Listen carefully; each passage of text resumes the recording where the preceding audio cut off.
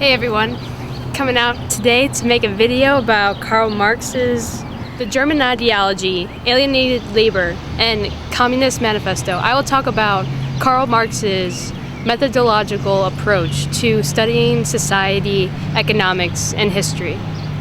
His approach is famously called historical materialism.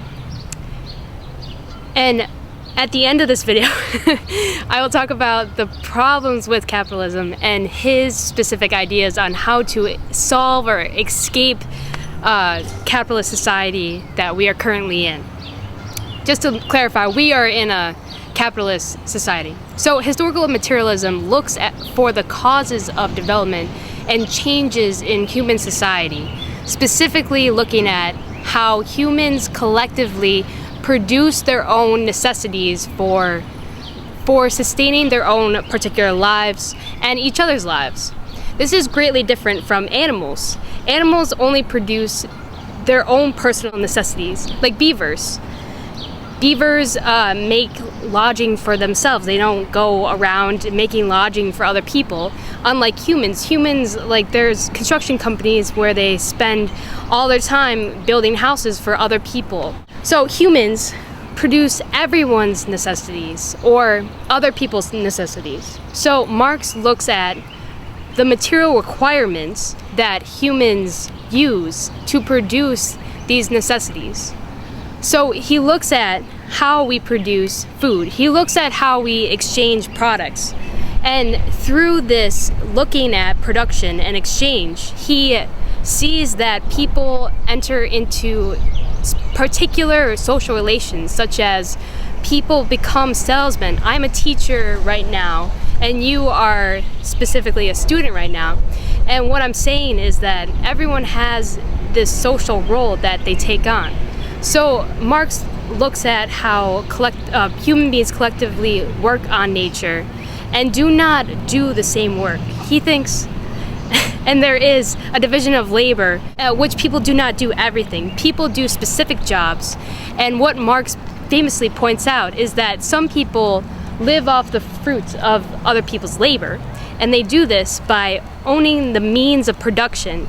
And what I mean by the means of production, I mean they own factories or land that other people rent, and they rent the land to cultivate the land, to grow crops.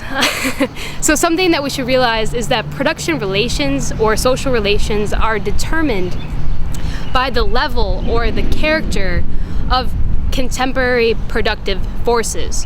What I mean by contemporary productive forces is how things are currently made, like technology. We look at computer technology or communication technology, productive forces.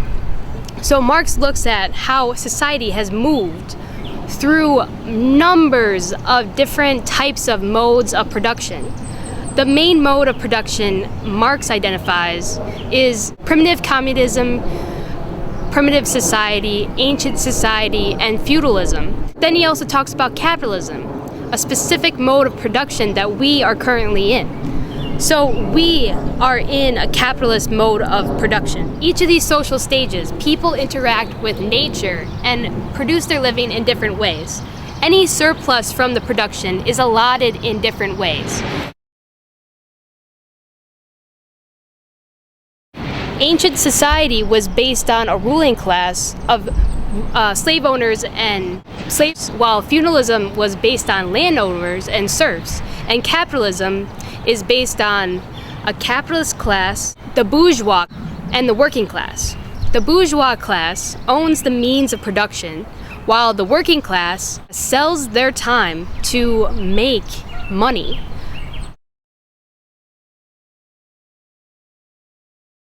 The bourgeois privately own the means of production. They own the factories, they own the land, they own the technology, the tools. They privately own the means of production, while the working class live by exchanging their socialized labor with the capitalist class for wages.